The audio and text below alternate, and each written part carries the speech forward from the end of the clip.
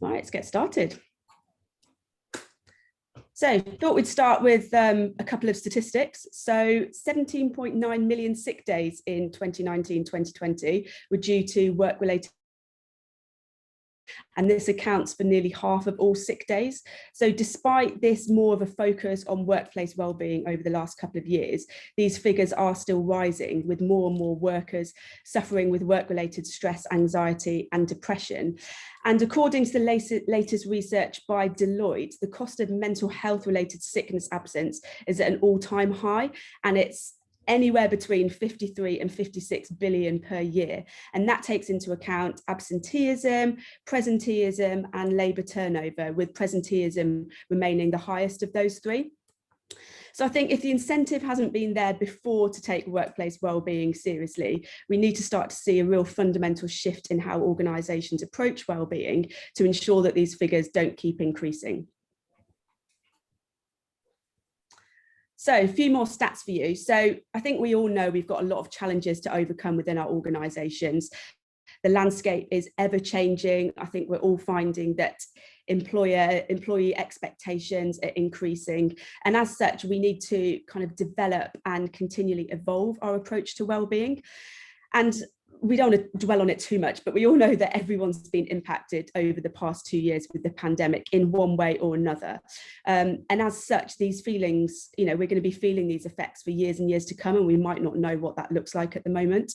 And what we also know is that some groups have been more adversely affected than others, including kind of young people and ethnic minorities. So a little bit more recent research about kind of the current reality and where we are. So 822,000 workers were affected by work-related stress, depression or anxiety last year.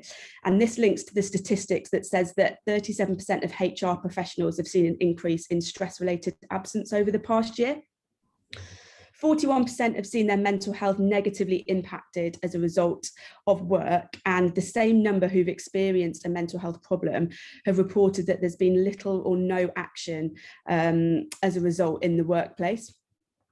One reason for this could be the increased working hours that we've all faced over the last year. So it's estimated that we're working an extra 12.5 hours per week through the pandemic. So in terms of burnout and that work-life balance, a lot of that will be contributing to that 41% who've seen their mental health negatively impacted. And what we also know is that managers have borne the brunt a lot over the past year. They've been having to support their people as much as possible. They've also been under additional pressure themselves. And those levels of burnout in managers has increased from 28% to 35% in the last year. And finally, employees want organisations to be doing more. So we've got 76% believing that their companies should be doing more to protect the mental health of their workforce. So I think all this shows that, wellbeing really needs to be at the heart of our business recovery moving forward. And I think at the very least, which we'll talk about a lot more, is that we need to ensure that work is not having a negative impact on our people.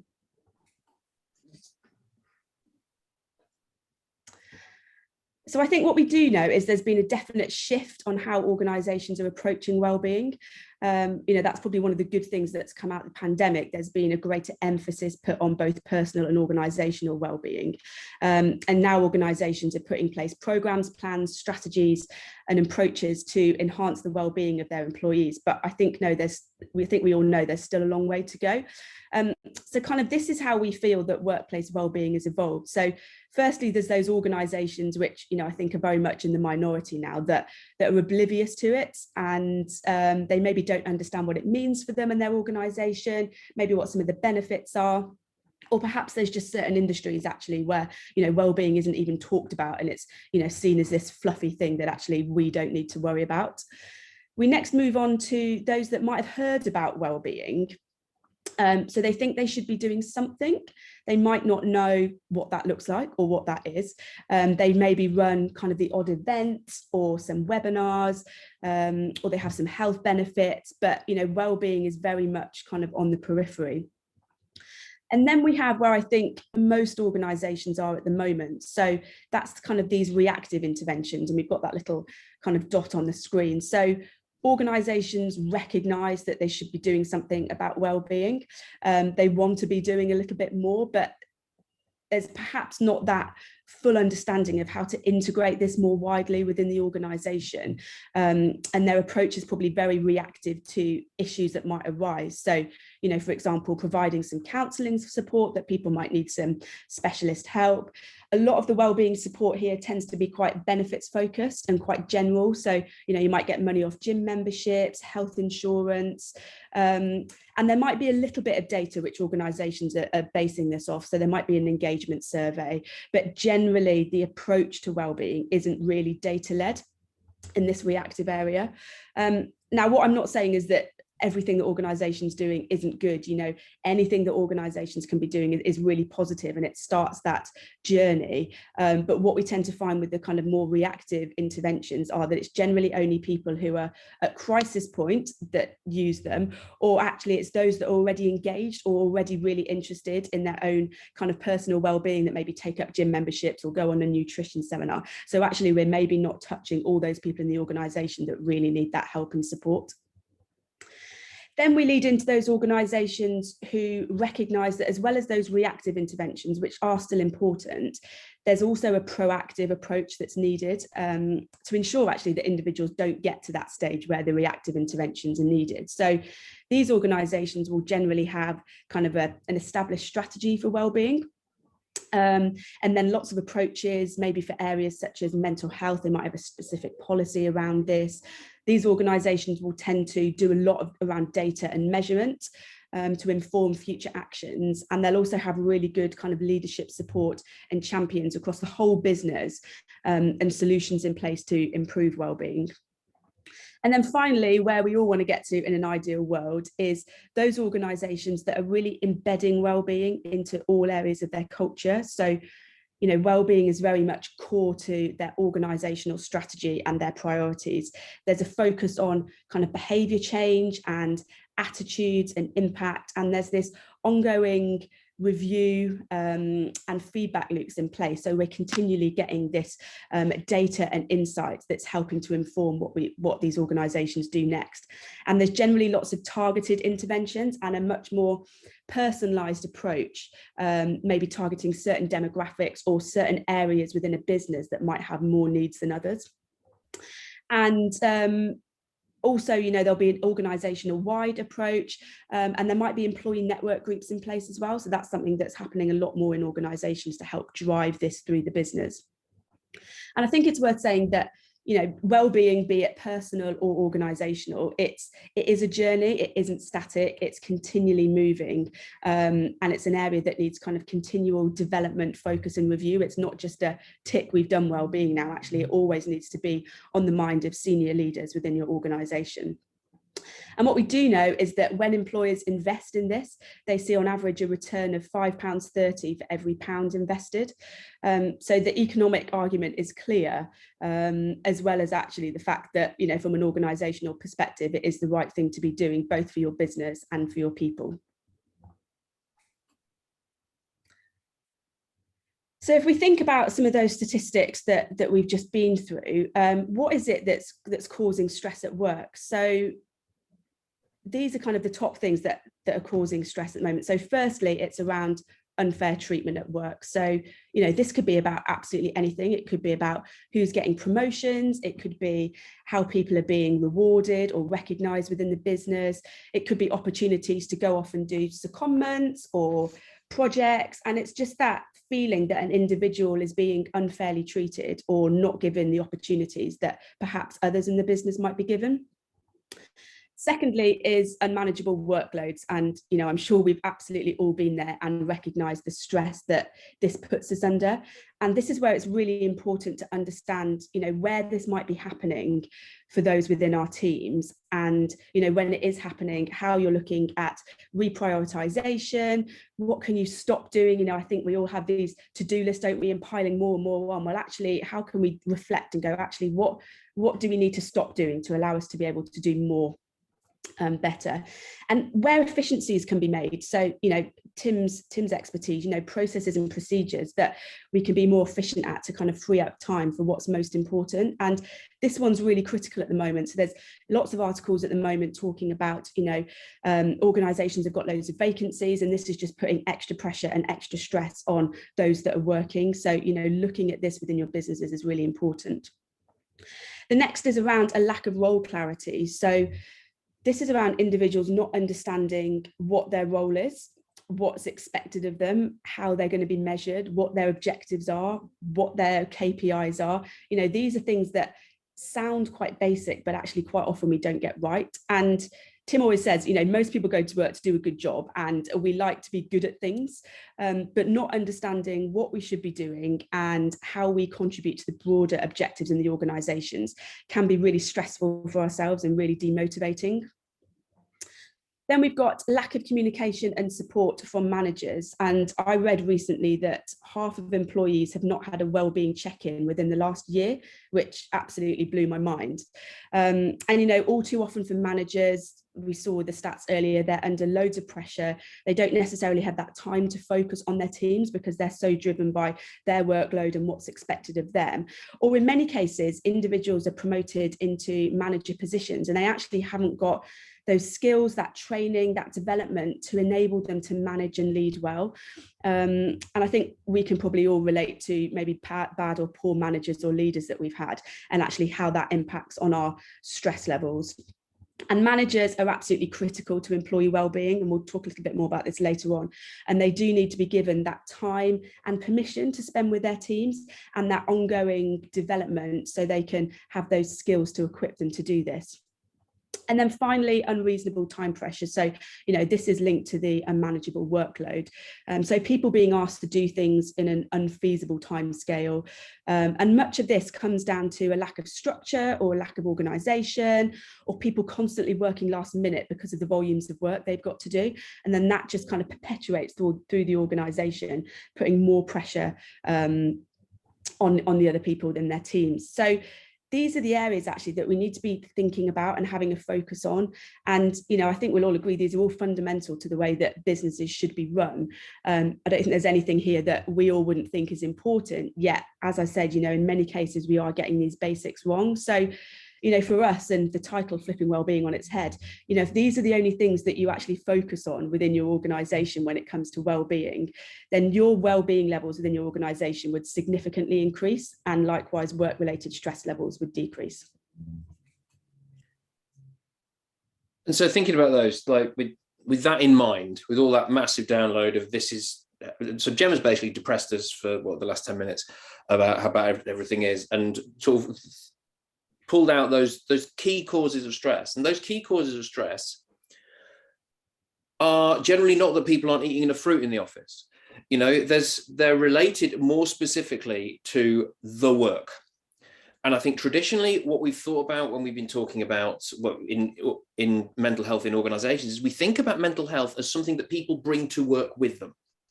We think of it as being an individual problem. So it's something that individual has to live with or deal with or cope with. And as a business, we just want to help them get better. We want to help them cope. And I think that misses a huge proportion of the fact that most people who suffer from poor mental health in work do it because of the work. It's not something outside of work that they're bringing in and trying desperately to manage. It's usually because of the deadlines or the work or their manager or all the things that Gemma's just mentioned. So if you've seen any of the things that I've done before or any of my other talks, you'll know I love a graph. And this one, if you think about that difference, that kind of continuum between something being an individual issue, an individual intervention versus something we do organizationally, then most workplace wellbeing happens in that individual section. What can we do to help you? And it's always remedial. It's always about recovery. It's always how can we help this individual get better or feel better? So most workplace wellbeing happens in the bottom left of this chart. And, that isn't a bad thing. We need that stuff. We need to have communication and education going on in organizations, helping people to think about how to manage the way that they respond to things, or helping people to understand that actually if they don't go out for a walk at lunchtime, then they are going to feel rubbish. We need to give people that that education. We need to give people that support, but we also need to be in the organizational preventative area. We need to be recognizing that as much as anything, if not more, it is work that is contributing to people's poor ill health. And it's all stuff that we can do things about. So we're just going to look a little bit about what is the difference. What does that look like practically between individual and organizational? And what does the difference between prevention and recovery look like? Because we say it like that, it seems clear, but actually what do we need to do? And what do organizations need to change in order to make a difference? So I think many organizations and their wellbeing approach focuses on that left-hand side, so the individual side. So it's the 5 pillars of wellbeing. It might be 6 pillars, it might be 3 pillars, however you structure it within your organization. And these are generally around kind of emotional or kind of our mental wellbeing, our physical wellbeing, financial well-being, social well-being, and our career. So these are kind of the core contributors to us as individuals to well-being. And, you know, as Tim said, they absolutely should be a focus, but again, they can be quite reactionary. In some cases, they can be quite siloed. So you might have an approach to physical well-being, an approach to financial well-being, but they're not necessarily integrated in thinking of the person as a whole. And they're not generally always integrated into the broader kind of people plans that organizations have as well.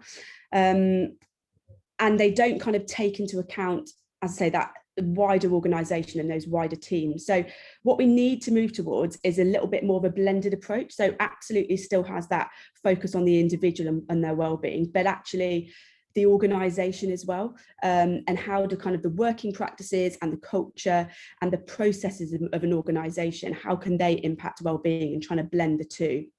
So there's a number of areas of work design that the HSE has identified, and if these aren't properly managed, these can be associated with poor employee health and well-being, lower productivity, and increased sickness absence. So all those things that cost those 53 to 56 billion pounds per year.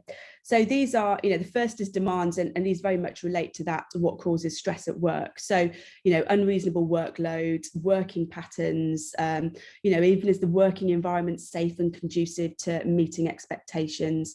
Then there's the control. So again, I'm sure we've all had instances where we've kind of been micromanaged, and how frustrating and stressful that is. So how much autonomy are you giving your teams? How much trust are you giving them just to get on and do their job? Then there's support. Again, we touched on that. So, you know, how much encouragement, guidance, resources are being provided by the organisation? How much time is your line manager spending with you? And we all know, you know, again, how critical those kind of line managers and leadership are within organisations. Next is around kind of relationships. And this one probably does link back to that social wellbeing pillar. But, you know, how organisations encouraging these really positive working relationships, in avoiding conflict and dealing with conflict, and again linking back to that fairness piece, so how everyone is being treated fairly, and that any issues that arise are dealt with really, really quickly. Then there's the role. So again, people understanding that role, it's that clarity around expectations, and actually what good looks like. You know, very often we don't know what good looks like, and actually how can we be good if we don't know what that looks like. Then there's change. You know, organizational change, however big or small, is so important, and if change isn't managed well, then this can absolutely lead to increased levels of anxiety and uncertainty, which again, you know, can lead to kind of stress and absence. So, you know, when you are going through change, which is probably something that is constant in most organizations at the moment, just think about, you know, any of those stress related risks that might come up as a result of the change, and how you can, you know, manage it in a real empathetic way, and understanding, you know, what's in it for the people and how they might be feeling. Then resources. So, you know, do individuals have everything they need to be able to carry out their role? You know, this could be equipment, systems, training. You know, they're really, really important as well for people to be able to do their best work. And then finally, how people are recognised and rewarded. So, you know, this doesn't always have to be financial, but, you know, as we said, you know, people want to know that they're doing a good job and wanting to add value to the organization. So even just, you know, regular thank yous and regular celebrations of success can go a really, really long way. So I think by balance, or just having more of a balanced focus on these two areas, it can really, really help to kind of have this more holistic approach to well-being.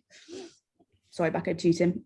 I'm using a foot switch, and I slipped. So there we go. It's the illusion ruined. So I was thinking about individual towards organizational. Like, what are the things that we currently focus and to a degree fixate on from an individual perspective, and the organizational things that I think in a lot of cases where they have the organization's attention, it's for the point of view of delivering for the business, not for the point of view of the people's well-being. And the analogy that I've been drawing a lot recently is this idea that, you know, if you've got a production line full of people, all of those people, or if you've got a production line full of machines, all of those machines get preventative maintenance, because if one of them breaks, then your entire productivity on that production line is destroyed. We don't do that for people. And so thinking about the stuff that we do for how our business functions well, but thinking about it in terms of how does it impact the people, you know, it isn't rocket science. We're doing a lot of it already. We're just doing it from a financial angle rather than a people angle. So then how do we move towards recovery, towards prevention versus recovery? How do we work more about stopping the things happening in the first place? So if you think about the mental health impact, whatever that might be, whether that's burnout, whether that's anxiety, whatever it happens to be, there's some kind of mental health impact on an individual in an organization. And that can have various outcomes. You know, that can lead to reduced productivity, or, you know, long-term sickness. People would leave the business. In some cases, it leads to suicide. But there's the impacts. Those are the end impacts that we can see from a mental health issue within the workplace. And what we tend to do, what organizations tend to do, is think about what can we do to minimize that outcome. So at this point where somebody is burnt out, then maybe we'll offer them an employee assistance program. So they've got somebody to talk to. Then you know, they get this. They can have 6 counselling sessions or whatever it happens to be, and they've got somebody to talk to, and therefore, you know, that we're helping. And, you know, and I'm not minimizing that. You know, there are a lot of people who get access to help that they wouldn't get otherwise through employee assistance programs. But they're doing it because they're already in a situation where they need it. Resilience training is a little bit similar. Peter Kelly, the head psychologist at the HSE, tells a story about having a fish pond. Like, he set up a fish pond, and he got some fish that were recommended to him because they're really resilient fish. And you should get these. These are the ones you should get when you get your first fish pond, because they're really resilient fish. Anyway, a couple of them died. Turned out he'd not been cleaning the filter. Fact is, it doesn't matter how resilient you are, if your environment is poisonous, then you're going to die. That's what happens when you're a fish. But it's also what happens in businesses. And it's all very well teaching people how to cope, but if we're putting them in a situation where they have to constantly keep coping, then it's only going to go in one direction.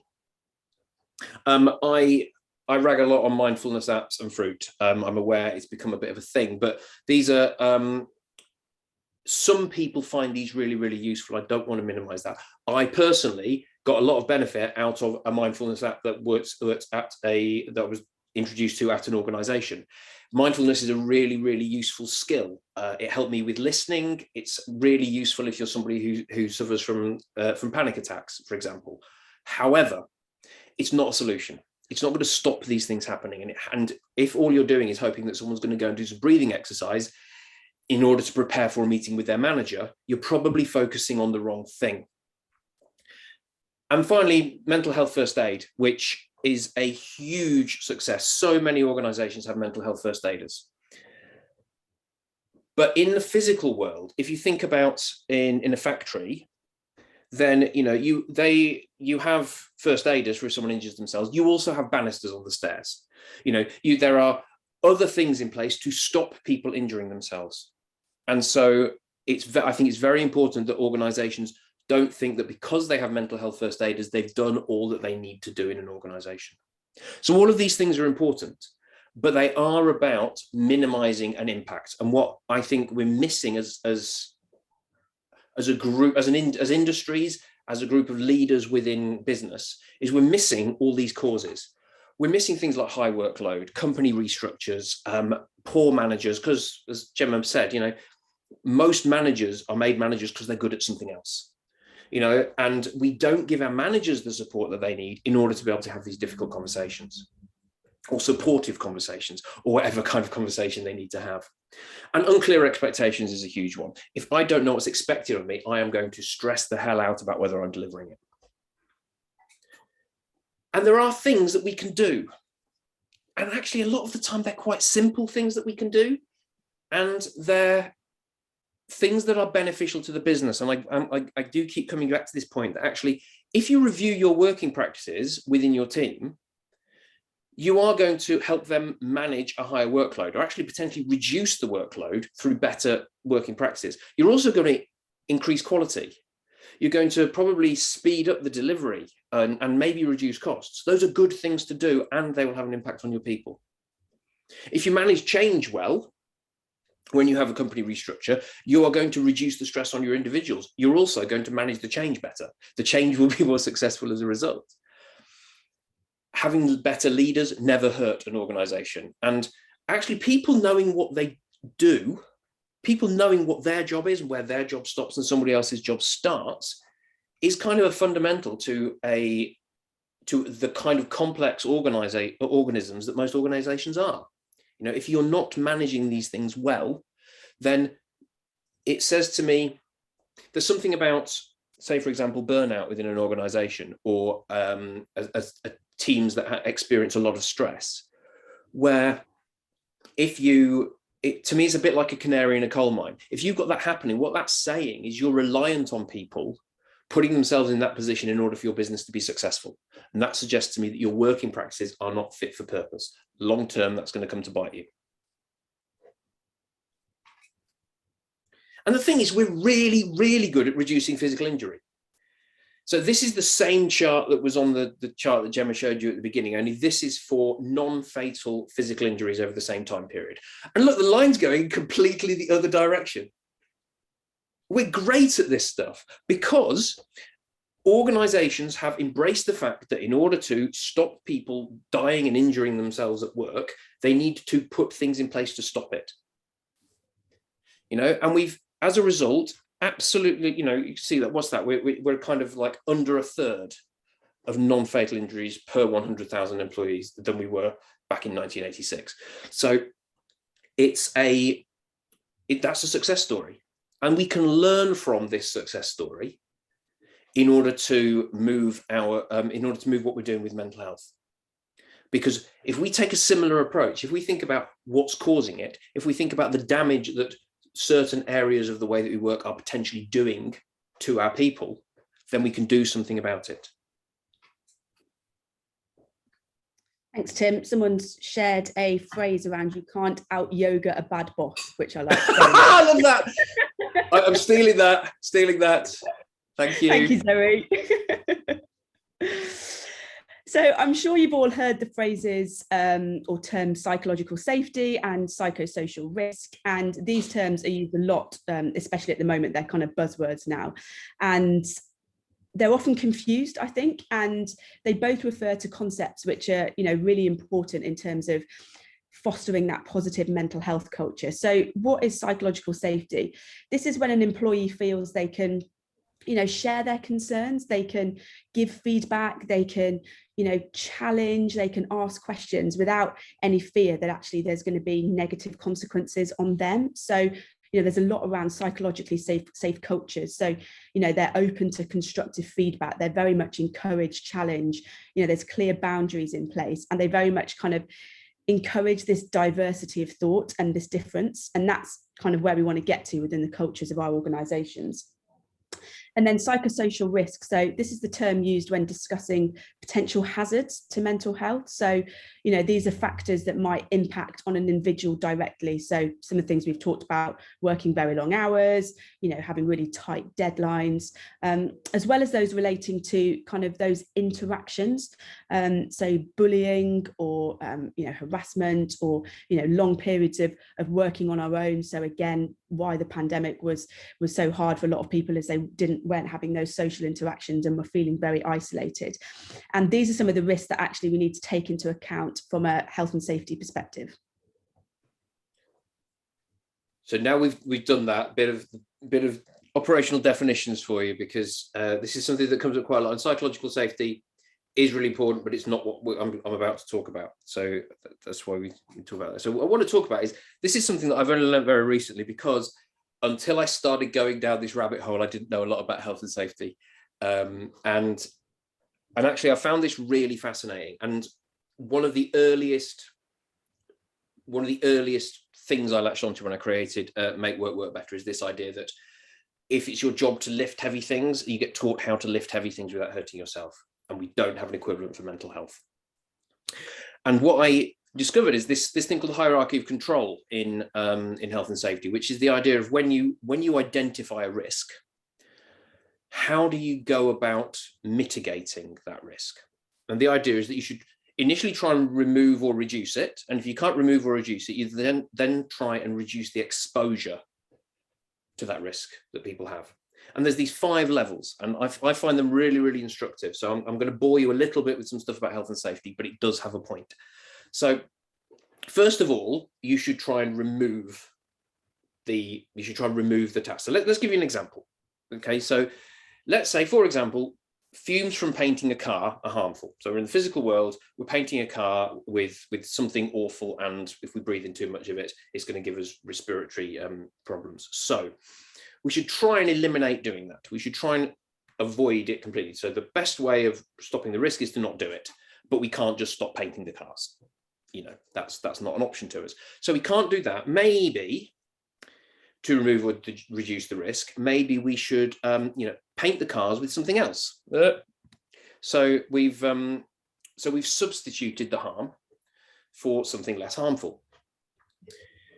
The next thing is what they call engineering controls. So engineering controls, this is a bit like if you imagine you've got a machine that's got something dangerous inside it that you shouldn't put your hand in, like, I don't know, a shark or something. And in order to stop people injuring themselves by accident, you put a guard on the machine. So it doesn't require anyone to do anything differently. You're separating them from the thing that could be harmful. And in this situation, it might be, maybe we're going to improve ventilation in the painting area. So we're going to put in like a whacking great fan. It's going to suck all the fumes out, and that's going to help. But maybe it's not going to help enough. Maybe there's still a risk present.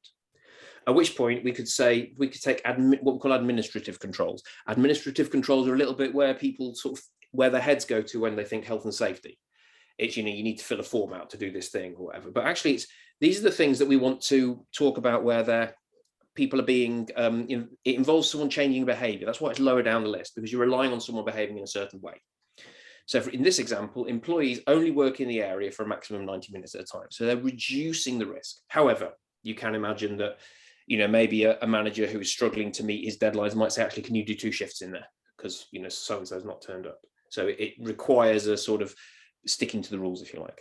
And finally, protective equipment. Okay, actually, none of that stuff that we can do is going to completely keep you safe. So we're going to give you breathing apparatus.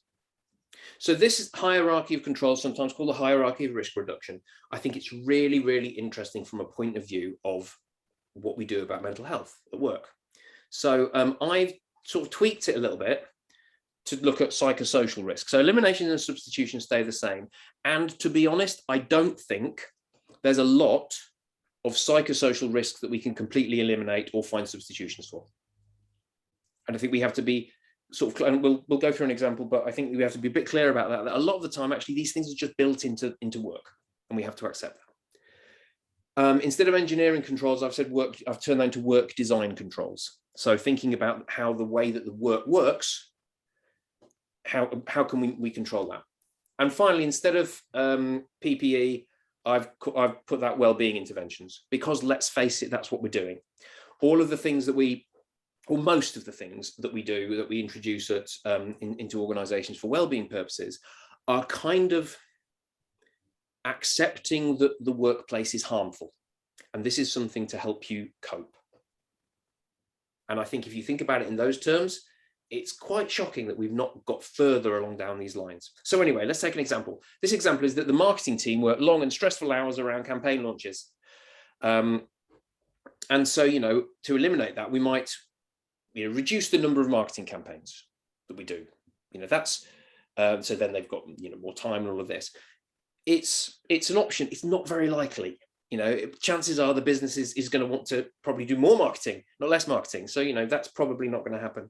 Substitution might be, okay, we'll simplify the marketing campaigns. We'll just advertise on local radio, and we won't worry about the social media stuff. Again, probably not going to happen. So, and I think, as I say, I think a lot of the time elimination and substitution aren't an option in these situations. They're not a practical option. Work design, though. So we can review the processes that the team is using. We can review the systems that the team are using. Maybe we can second some resource into the team during crunch periods of time. So these are things that we can do with the work that don't require people to behave differently, but that will help. Now, in my experience of working in process improvement, we do so much stuff every day that adds absolutely no value because it's just the way we've always done it, and we never ask any questions about it. There is an absolute orchard of low-hanging fruit in most people's day-to-day work that could be removed or simplified in order to give them more headspace and more time. Alongside that, that might deal with quite a lot of it, but we still might want some administrative controls, which could be things like improving team working practices and working standards. So these are administrative in the sense because they require teams to work differently. So if you say, right, we are agreeing as a team that we're not going to send any emails to each other after 6 o'clock. If people are working on their own after 6 o'clock, then that's their business, but we're not expecting any interaction between the team after 6 o'clock. That's something that requires everybody to abide by that standard, and therefore it could break down more easily. And then finally, maybe we send them on a resilience course, but if we're doing that and giving them the tools with which to bounce back from those stressful times, we should at least be trying to do this stuff ahead of time that's going to reduce the impact longer term. So I find this really helpful when looking at psychosocial risk and thinking about okay, what is it that we could be doing in order to head off the impact before we actually start reacting to it? And we should be doing it anyway because it's the law. It's the law. It's been the law since 1974 that businesses have to look after their employees' health. And yes, it doesn't say mental health, but it also doesn't say musculoskeletal health, or it doesn't say respiratory health. It's just health. It's broad for a reason. And since 1999, it has been a regulation, it's been the law that employees carry out risk assessments around risks to the health of their employees. Now, for whatever reason, stigma, taboo, it being a bit squishy and weird, we don't do that for mental health. It has been ignored and it's been avoided by organizations, but it is the law. Organizations have a legal obligation to protect the mental health of their employees. Now, obviously, we've got these legal underpinnings. There are also standards that can kind of help us with doing that, with managing that. So ISO 45001, which is the international standard for occupational health and safety management systems. Many organizations, and that's not mandatory, standards aren't mandatory, but it's kind of best practice for how you should be thinking about and managing occupational health and safety. Many organizations have got this accreditation or something like it in their safety for their point of view of physical safety in their organizations. And you would sort of hope that would be it, because health is health and we've got a system for managing it, and obviously everyone's just going to apply that to mental health, aren't they? They didn't, spoilers. And actually, so last year, there was a new standard, which is what's called a child standard of ISO 45001, called ISO 45003. And that is the international standard for psychosocial health and safety at work. So this is best practice for managing psychosocial health and safety at work. It's really, well, to start with, I was really pleased when it came out because I felt validated and felt like I wasn't just shouting into the wind, sort of saying, well, why don't we treat it like health and safety? You know, other people have taken this an approach. You know, this is actually how we should be thinking about this stuff. For organizations that already have health and safety management systems, and particularly organizations that are already ISO 45001 compliant, ISO 45003 is a child standard in that it sits directly on top of it. If you've got ISO 45001, you can do ISO 45003. You've got all the stuff in place. I guess where it becomes stickier and more difficult, more interesting, is that as much as I say, you know, it's all health, mental health is not the same as physical health. You know, there are still stigmas and taboos around it. It isn't visible. It's much more difficult to manage, and it's much, much more nuanced. And then if you think about the people in organizations who are responsible for health and safety and the people in organizations who are currently responsible for well-being, they are different people with different skill sets, different training and different understandings. So if you think about the physical health and safety world, if you fall down an unguarded stair rail into a massive vat of acid, that's going to hurt you regardless of who you are, what your background is, what your job is, how much you work out, you know, all those things, you know, so it makes sense to have a kind of a fairly black and white approach to physical risk, particularly in those kind of circumstances.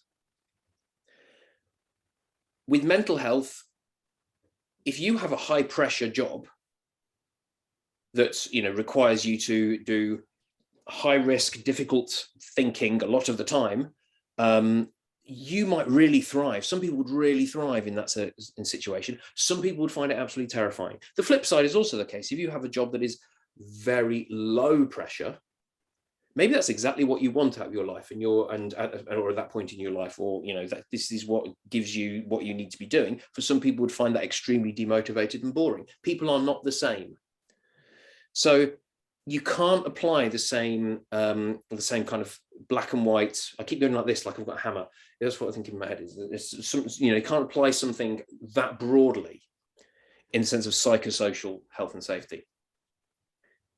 But it does require that idea of being able to look at risk, to be able to understand and assess risk. And so I think this is why it's so interesting, in that in organizations now, the parts of the business that have already traditionally been responsible for health and safety now need to be able to engage with other parts of the business, perhaps on a little bit more of a collaborative footing than they have previously, in order to be able to successfully bring this idea of psychosocial health and safety at work to life.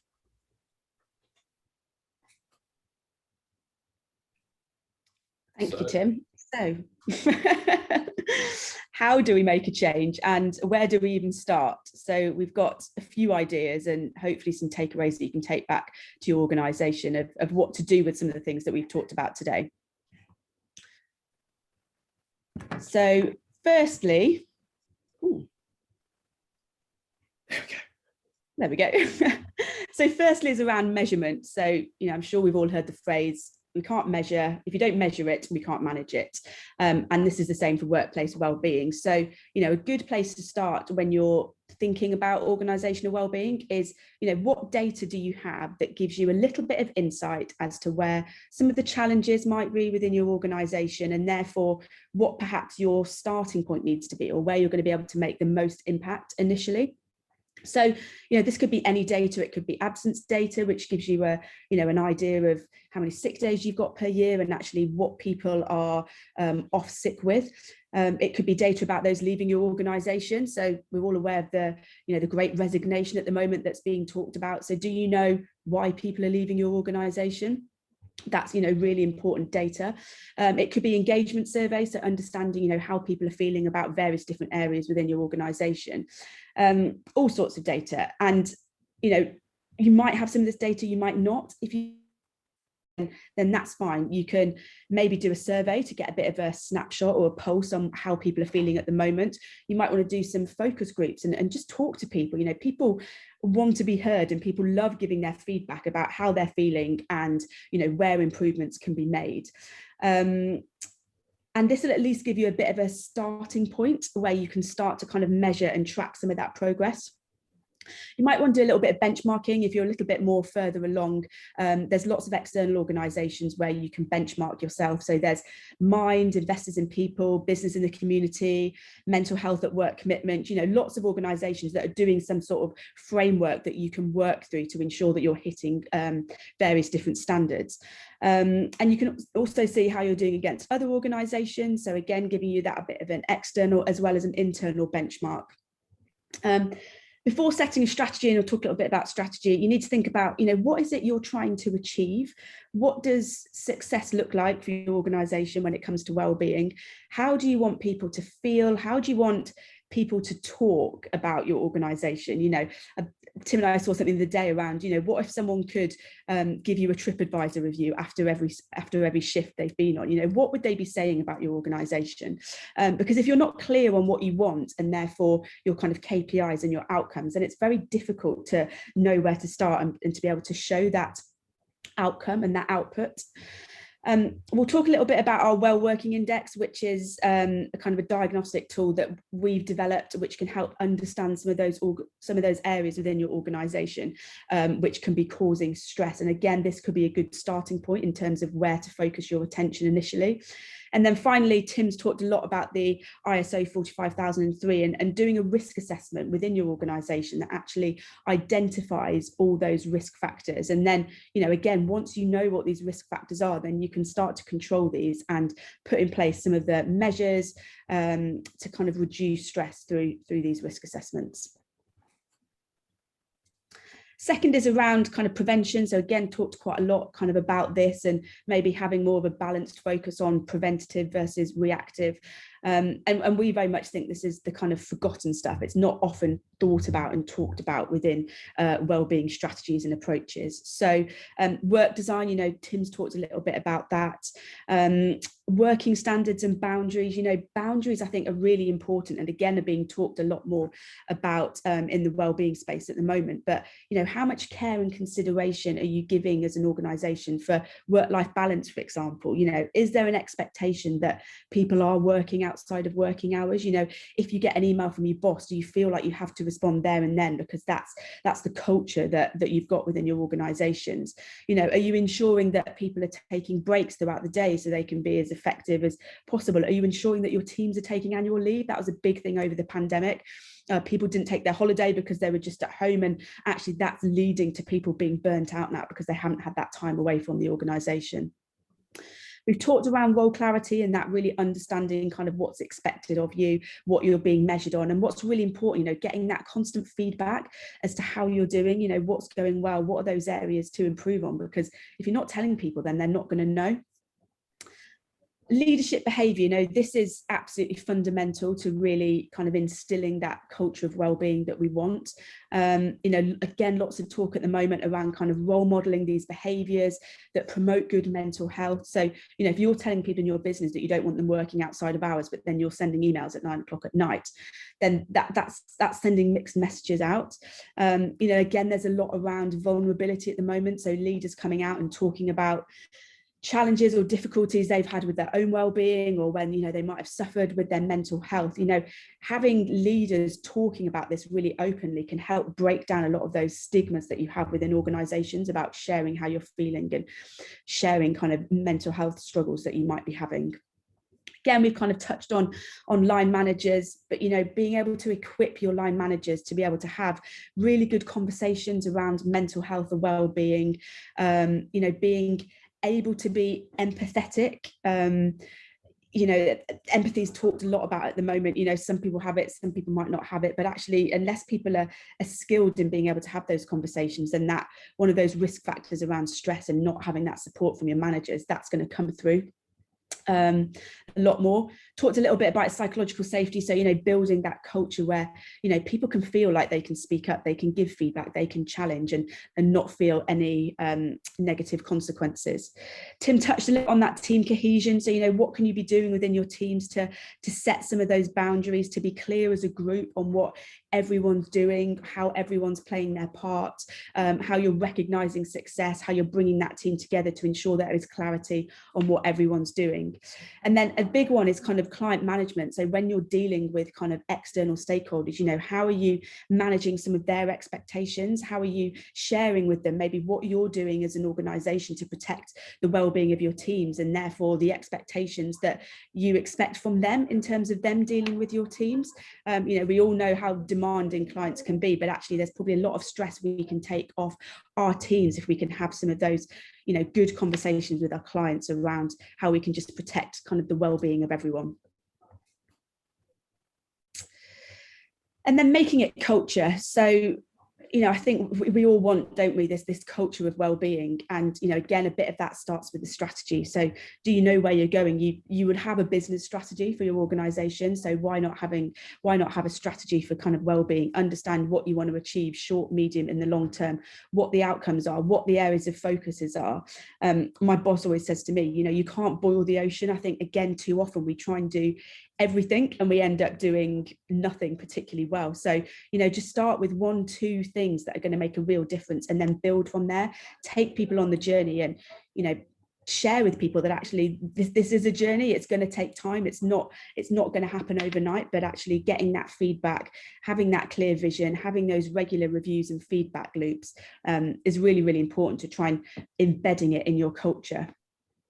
And then kind of policies and procedures. So again, with those organizations that have that embedded culture of well-being, it's in everything they do. It's in their policies, it's in their working practices, it's considered within all business decisions that they take. And specific policies around mental health or the menopause, lots more talk around those at the moment, but they're really important just to ensure that you can be supporting everyone, no matter what time of life or what their situation is. And again, thinking about this all-encompassing holistic approach to well-being. Taking this whole organizational approach. So again, I think well-being has either been seen as, oh, that's just HR's issue, or health and safety, that's just the health and safety team. Everyone has a responsibility for well-being. There's the leaders, there's the managers, there's HR, and then there's the teams, isn't there? I think that well-being is 50% the individual and 50% the organization. You can't do one without the other, and so very much having that whole organizational approach and trying to get people to have some ownership and buy into what it is that you're trying to do. And then finally, education and awareness. It is really important that people understand what well-being is, what stress is, how it impacts them, how they can manage it. And I think this education needs to be continual. So it's not just, supporting Mental Health Awareness Week once a year. It's actually drip feeding these messages all the time, listening to what your people are saying, understanding where they might be struggling, continually promoting what benefits or some of these reactive interventions that you've got when people need help. This needs to be continual. It can't just be kind of very ad hoc. Thanks, Gemma.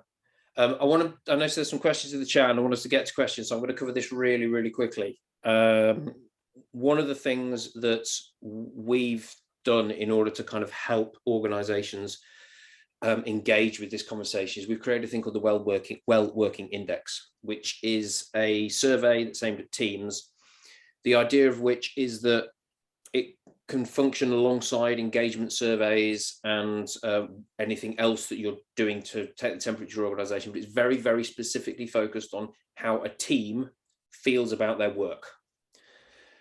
And it's aligned with ISO 45003. It's not a risk assessment. It's not an ISO 45003 risk assessment. We created it because organizations are struggling to make that leap between work and well-being, and actually being able to do something with a team where we can say, okay, here is a thing that is actually happening in your team that is affecting their well-being, is proving really helpful. So if that is something that people would find useful, to help unlock potentially some of the things that are going on in the business that maybe they're not aware of that could be impacting people's well-being, then please get in touch after the fact. And we'll give you our contacts in a minute. Right, question time. We have some questions. We have got a couple of questions. Excellent. What have we got? So how can we measure? Sorry, go on. Oh yeah. Go on, Tim, you go. Okay, so first of all, for Matthias, just curious, how can you measure wellbeing KPIs? As a question. I think there are various ways that we can cover it. So Gemma, you mentioned a few schemes or approaches before. Can you just recap those? Yes, there's business in the community, there's mind, there's the mental health at work commitment. So these are some of the external ways in which you can benchmark yourself. But, it is really difficult. And I think, we could probably do another webinar on actually how you measure well-being. But, I think a starting point is all of that data that you've got within your organization at the moment, or that you can start to track, so you can start to see where you're having an impact, or maybe just doing a bit of an NPS for employees and just getting that regular gauge of how people feeling about the wellbeing support, or how people are feeling that the company's caring for them, or how people are feeling around the culture of wellbeing that you're trying to embed. So just doing kind of small things on a regular basis just to get that regular pulse of how people are feeling. There's also there are loads of different kinds of like wellbeing apps available for tracking that. So the two that spring to mind for me, there's a tool called Flourish DX, which is very much based on ISO 45003, which is kind of an ongoing check-in with your people around how they're doing. Also something called the Friday Pulse, which again, very, very simple, data-led focus on, okay, just check small frequent check-ins with your team to understand how they're feeling and what's driving that feeling. The fabulous Janine Jesse has put a hand up. What have you got for us, Janine? Thank you, Tim. I like the title. Keep that one. I was just kind of going back to the measurement of well-being, really, and I know that there are lots of different ways you can do this, obviously benchmarking and external companies, but really, I think a simple one that any organisation can do internally using the resource that they've already got is just by capturing those stories and allowing really your employees a space to raise concerns, ideas, thoughts, suggestions, what's working, what's not working, etc., etc. Storytelling is the best way to capture value and to capture where things are improving, or where there are opportunities to improve. So, whether that be discussion groups, or support groups that are facilitated in some way, I think that's a really nice way that you can do that, either with external support coming in to facilitate or using the resource that you've already got. So it was just my 2 penneth worth. Thank you. And also, you should say you can use the Wellbeing Index for that as well. That's the thing. We have one more question, and I'm really aware we're over. So, Sharon, have you considered the residual risk in your model, remaining risk, even after putting in place any or all of the controls? That's always the thing, I suppose, as you work through that, and it's part of your risk assessment, is okay, so what risk is still going to be present after we've done all of these things? That's a risk in any situation. And some countries, so this is a fairly off the wall example. Some countries don't have level crossings. Okay, some countries just decided that expecting people to not run across railway tracks, even when there's sirens and lights and gates and all of that, it's just like, we can't trust them. So we're not going to have level crossings at all. So there is always a residual risk. You can't really legislate. Well, I've just told you some countries have legislated for it, but you can't really legislate for that. So I guess it's the point of the risk assessment is to identify what those residual risks are. I think we've got a long way to go yet before we're at a point where we need to worry about the residual risks, though. At the moment, there are still some absolutely whacking great huge holes in our risk reduction from a point of view of mental health. Thank you, everybody. Please keep in touch. If you would like to get more from us, then we have a newsletter. You can get your phones out and scan that there QR code right now, and it will take you to the place to sign up for our newsletter. You can find myself and Gemma on LinkedIn by our names, which I've put on that slide there helpfully, but also index@make-work.work will get both of us. So please, if you have questions, follow-ups, any thoughts that you would like, anything, if you would like to know more about the Wellbeing Index, you would like to make sure that we tell you about our next webinars, you would like to make sure you never hear from us ever again, all of those things would be great places to let us have that information. And if you have feedback, please let us know. Sorry for being 3 minutes over. Have a great rest of your Tuesday. Thank you, everybody.